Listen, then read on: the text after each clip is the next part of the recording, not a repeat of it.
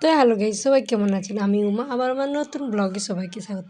ইনিকে জানেন? ইনি হচ্ছে একজন মিস্ত্রি মশাই, যিনি হচ্ছেন আমার বাবা। আমার বাবার সত্যি কথা বলতে এত বড় মন, যেটা আমি ব্যাখ্যা করলেও পারবো না বললেই চলে।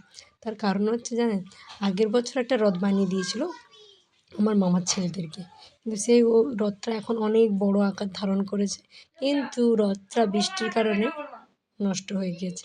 তো সেই কারণে আবার রথ বানানো, যেহেতু এইটাতে ধরেন 100 জনের মধ্যে একজন হচ্ছে আমার মামার ছেলে, তিনিও এই রথের কমিটির মধ্যে উপস্থিত। তো তো সেই কারণে আমার বাবাকে বানাতে দিয়ে গেছে রথ, আর সেটা হবে পুরো ফ্রিতে। আর আমার বাবা বলছে কী আর করার, বাচ্চার সত্যি কথা বলতে শুধু বাচ্চা না, আমার বাবার মন অনেক বড় বললেই চলে।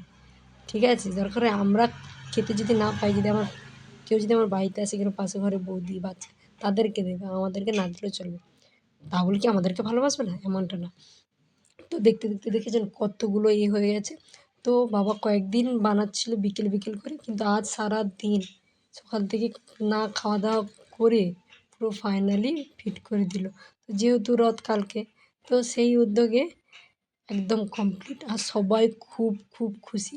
আর সত্যি কথা বলতে আরেকটু টাইম দিলে ভালোভাবে বানানো হতো, কিন্তু ওদের তো, আর ওরা বলছে আরও বড় বানাও, তার কারণে জানেন পুরো রাস্তাটা ঘিরে গিয়েছে। কিন্তু ওরা খুব খুশি, আর আমার বাবা কিন্তু 1 টাকাও নেয়নি। বলেন তো এমন আজকালের দিনে এত বড় মানুষ পাওয়া যায়? আমার বাবা কি বলবো, মন থেকে অনেক বড়। ঠিক আছে, টাকা পয়সা থেকে গরিব হতে পারি আমরা, কিন্তু মন থেকে অনেক অনেক বড়। দেখেছেন পুরো রাস্তাটা ভর্তি, মানে এত চিৎকার হচ্ছিল সে বলার বাইরে। আমরা তো খুব খুশি, আমার বাবা তো বিরাট খুশি যে আমার বাবার বানানো রথটা পুরো রাস্তাতে ছিল। কিন্তু দুঃখের বিষয়, কারণ ওরা এদিকে আনবে না, ওরা আমাদের যে কালী মন্দির ওদিকটাতে করবে।